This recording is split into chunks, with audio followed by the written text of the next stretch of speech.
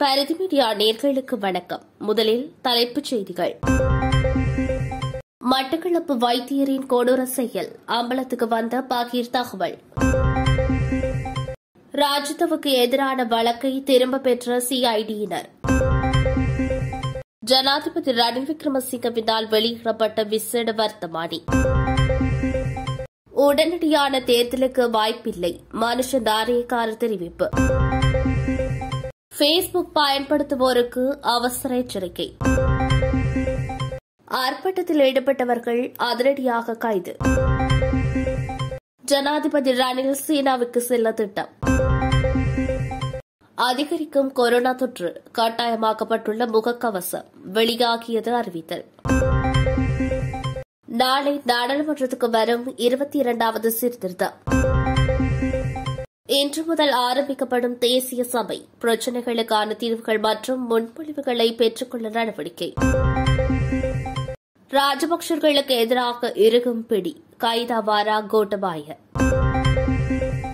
QR அட்டை பெற்றுக்கொள்வது தொடர்பில் நாட்டு மக்களுக்கு கஞ்சன விஜயசேகர வெளியிட்ட அறிவித்தல். இனி தொடர்பான விரிவான செய்திகளோடு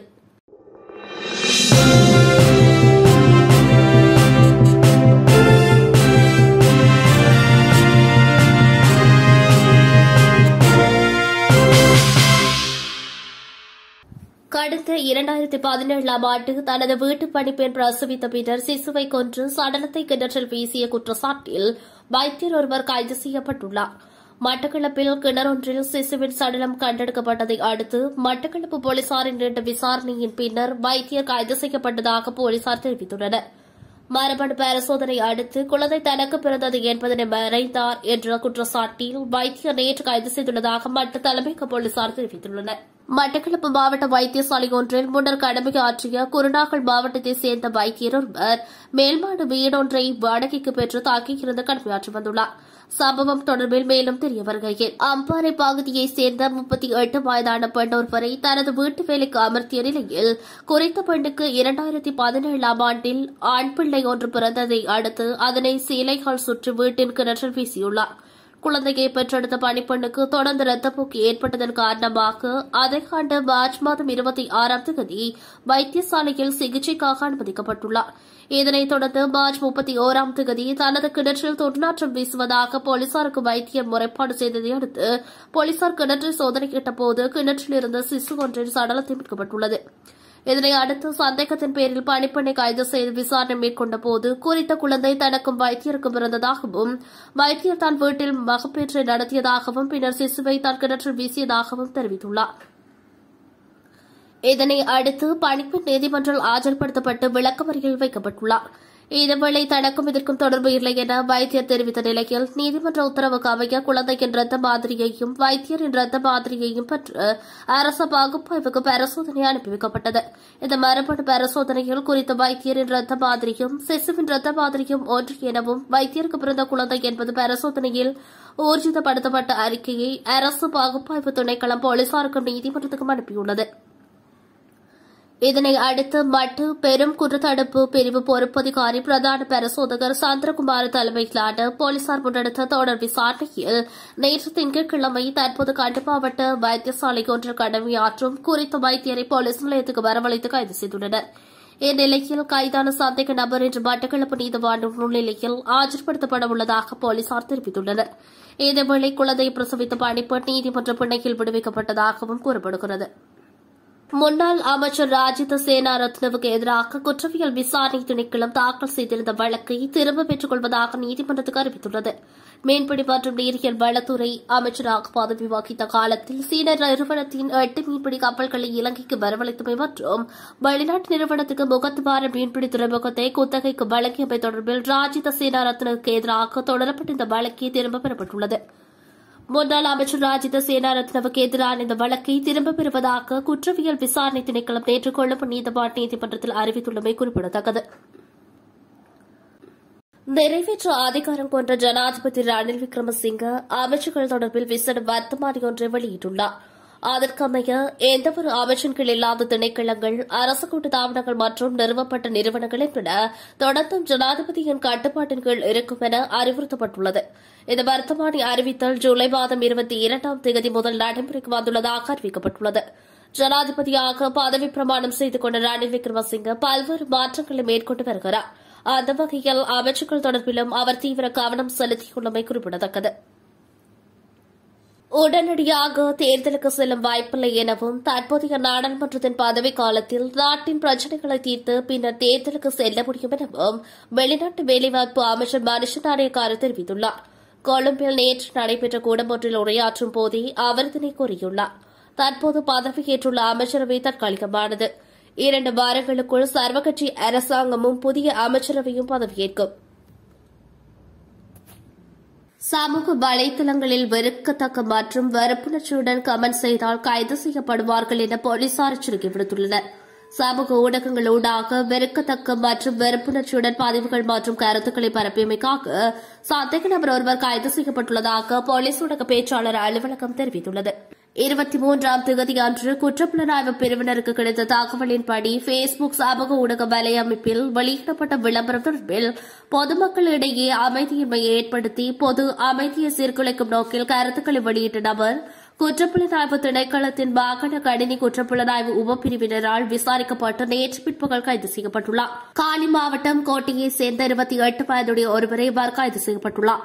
தனது பேஸ்புக் கணக்கில் மற்றொரு வெளியிட்ட விளம்பரத்திற்கு தீங்கிழைத்த மற்றும் வெறுப்புணர்ச்சியுடன் கமெண்ட் செய்த குற்றச்சாட்டில் அவரை கைது செய்ததாக போலீசார் தெரிவித்துள்ளனர்.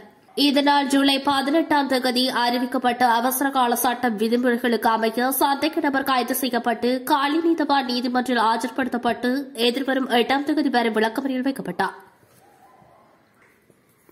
காளிமுகத்திடலில் உள்ள மறைந்த SWRD பண்டாரநாயக்காவின் சிலையை சுற்றி இந்த ஆர்ப்பாட்டத்தில் ஈடுபட்ட குழுவினரை போலீசார் கைது செய்துள்ளனர்.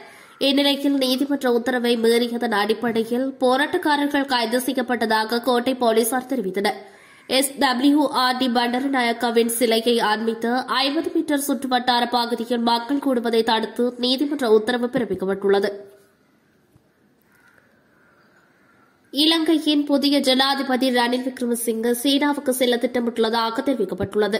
வர்த்தகம், முதலீடு மற்றும் சுற்றுலா உள்ளிட்ட விடயங்களில் ஒத்துழைப்பு குறித்து கலந்துரையாடுவதற்காக அவர் சீனாவுக்கு விஜயம் செய்ய திட்டமிட்டுள்ளதாக சீனாவுக்கான இலங்கை தூதுவர் பாலித கொஹென தெரிவித்துள்ளார். கொழும்பிலும் ஹம்பாந்தோட்டையிலும் சீனாவின் ஆதரவுடன் கூடிய பரந்த துறைமுக திட்டங்களுக்கு மேலதிக முதலீட்டை மேற்கொள்வதன் மூலம் பீஜிங் இலங்கைக்கு உதவ முடியும் என்று கொஹென தெரிவித்துள்ளார். பல மாதங்களாக சீனாவிடமிருந்து $4 பில்லியன் $1 உதவி பொதிக்கு பேச்சுவார்த்தை நடத்தப்பட்டு வருவதோடு சீனாவின் இந்த நிதி உதவி குறித்த விவாதங்கள் இடம்பெற்று வருகின்றன. எனினும் அடுத்த சந்திப்புக்கான திகதி இன்னும் தீர்மானிக்கப்படவில்லை என்று கொஹென குறிப்பிட்டுள்ளார். நிதியுதவிக்கு அப்பால் எரிபொருள், உரம் மற்றும் பிற அவசர தேவை பொருட்களை பெற்றுக் கொள்வதற்கும் சீனா உதவ முடியும் என்று இலங்கை நம்புவதாக கொஹென குறிப்பிட்டுள்ளார். இலங்கையில் COVID-19 தொற்று பரவியுள்ள நிலையில் முகக்கவசம் அணிவது கட்டாயமாக்கப்பட்டுள்ளது. பொதுக்கூட்டங்களில் பொது மற்றும் பொது இடங்களிலும் முகக்கவசம் அணிவது கட்டாயமாக்கப்பட்டுள்ளதாக சுகாதார சேவைகள் பணிப்பாளர் நாயகம் அசீர குணரத்ன தெரிவித்துள்ளார். மேலும் பொது போக்குவரத்தில் பயணிக்கும் போது முகக்கவசம் அணிவது கட்டாயம் எனவும் தெரிவிக்கப்பட்டுள்ளது. நாட்டின் தற்போதைய COVID-19 நிலைமை கருத்தில் கொண்டு இலங்கையில் முகக்கவசம் அணிவது தொடர்பான விதிமுறைகள் மாற்றியமைக்கப்பட்டுள்ளதாகவும் குறிப்பிட்டுள்ளார். இதேவேளை நேற்று மாத்திரம் 56 COVID-19 வழக்குகள் பதிவாகியுள்ளதாக சுகாதார அமைச்சர் தெரிவித்துள்ளமை குறிப்பிடத்தக்கது. அரசியல் அமைப்பின் 22வது திருத்தம் நாளை 27ஆம் தேதி புதன்கிழமை நாடாளுமன்றத்தில் சமர்ப்பிக்கப்படும் என நிதியமைச்சர் விஜயதாச ராஜபக்ஷ தெரிவித்துள்ளார். 21வது திருத்தம் ரத்து செய்யப்பட்டு 19வது திருத்தம் ஒன்றிணைக்கப்பட்டு 22வது அரசியலமைப்பு திருத்தமாக தயாரிக்கப்பட்டுள்ளதாகவும் தெரிவித்துள்ளார். நாடாளுமன்றத்தில் 22வது திருத்தம் சமர்ப்பிக்கப்பட்டு அதற்கான முதலாம் வாசிப்பு ஒரு வாரத்துக்கு பின் விவாதத்துக்கு எடுத்துக் கொள்ளப்படும் என்றும் அவர் தெரிவித்துள்ளார். 22வது திருத்தத்திற்கு அமைச்சரவையின் அங்கீகாரம் கிடைத்துள்ளதை அடுத்து கடந்த ஜூன் 24ஆம் தேதி அது தொடர்பான வர்த்தமானி வெளியிடப்பட்டுள்ளது. இரட்டை பிரஜா உரிமை கொண்டவர்கள் நிர்வாக நடவடிக்கைகளில் சம்பந்தப்படுத்துவதற்கு காணப்பட்ட வாய்ப்பு இந்த திருத்தத்தின் மூலம் தடுக்கப்பட்டுள்ளமை குறிப்பிடத்தக்கதாகும். அதேபோல வேறொரு நாட்டின் பிரஜையான இலங்கைய மக்கள் வாக்களிப்பின் மூலம் நாடாளுமன்றத்துக்கு தெரிவு செய்யப்படுவது இடம்பெறாத வகையில் அதில் திருத்தம் மேற்கொள்ளப்பட்டுள்ளதாகவும் சுட்டிக்காட்டியுள்ளார். நாடாளுமன்ற உறுப்பினர் அல்லாத ஒருவர் அவருக்கு அமைச்சரவை அந்தஸ்து அல்லது அந்தஸ்து மற்றும் பிரதி அமைச்சராக வருவது அதன் மூலம் தடை செய்யப்பட்டுள்ளது. இந்த தொடர்பில் ஆளும் கட்சியின் பிரதம அமைச்சர் பிரசன்ன ரணதுங்க தெரிவிக்கையில் 22வது திருத்தம் நாடாளுமன்றத்தில் சமர்ப்பிக்க அதிபர் ரணில் விக்ரமசிங்க பணிப்புரை விடுத்துள்ளதாகவும் அது நாடாளுமன்ற நிகழ்ச்சி நிரலில் உள்ளடங்குவதற்கான நடவடிக்கை மேற்கொள்ளப்பட்டுள்ளதாகவும் அவர் தெரிவித்துள்ளார். மக்கள் எதிர்நோக்கும் பிரச்சினைகளுக்கான தீர்வுகள் மற்றும் முன்மொழிவுகளை பெற்றுக் கொள்ளும் நோக்கில் தேசிய சபை ஒன்றை நிறுவ எதிர்க்கட்சி நடவடிக்கை எடுத்துள்ளது. கொழும்பு மார்க்ஸ் பெர்னாண்டோ மாவட்டத்தில் உள்ள எதிர்க்கட்சித் தலைவர் அலுவலகத்தில் இன்று முதல் இந்த நடவடிக்கை ஆரம்பிக்கப்பட்டுள்ளன. தொழிற்சங்கங்கள், சிவில் அமைப்புகள் போன்றவற்றை ஒன்றிணைத்து இந்த வேலை திட்டம் நடைமுறைப்படுத்தப்படும் என எதிர்க்கட்சித் தலைவர் சஜித் பிரேமதாச தெரிவித்துள்ளார். தேசிய சபைக்கு வரும் சிறந்த முன்மொழிவுகள் நாடாளுமன்றத்தில் முன்வைக்கப்படும் எனவும் அவர் குறிப்பிட்டுள்ளார். ஸ்ரீலங்காவின் முன்னாள் அதிபர் கோட்டபா ராஜபக்சவை போர்க்குற்றம் தொடர்பாக கைது செய்யுமாறு கோரிக்கை விடப்பட்டுள்ளதாக தெரிவிக்கப்பட்டுள்ளது. இது தொடர்பில் சிங்கப்பூர் சட்ட அதிபரிடம் தென்னாப்பிரிக்காவை தளமாக கொண்ட சர்வதேச உண்மை மற்றும் நீதி திட்டம் கோருவதாகவும் தகவல்கள் வெளியாகியுள்ளது. இந்நிலையில் இவ்வாறான குற்றச்சாட்டுகள் முற்றிலும் செவிவழி சாட்சியங்களின் அடிப்படையில் ஆதாரமற்ற போர்க்குற்றச்சாட்டுகள் என அதிபர் சட்டத்தரணி மனோகர டி சில்வா தெரிவித்துள்ளார்.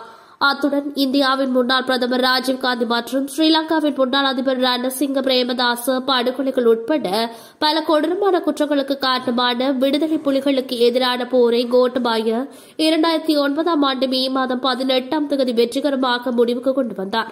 அதன் மூலம் சில தரப்பினரால் அச்சுறுத்தலுக்கு உள்ளாகி வரும் முன்னாள் அதிபர் கோட்டபா ராஜபக்சவின் பாதுகாப்பிற்கான பொறுப்பில் இருந்து ஸ்ரீலங்கா அரசாங்கம் விடுபட முடியாது எனவும் அதிபர் சட்டத்தரணி மனோகர டி சில்வா புதிய அரசாங்கத்திற்கு நினைவூட்டியுள்ளார்.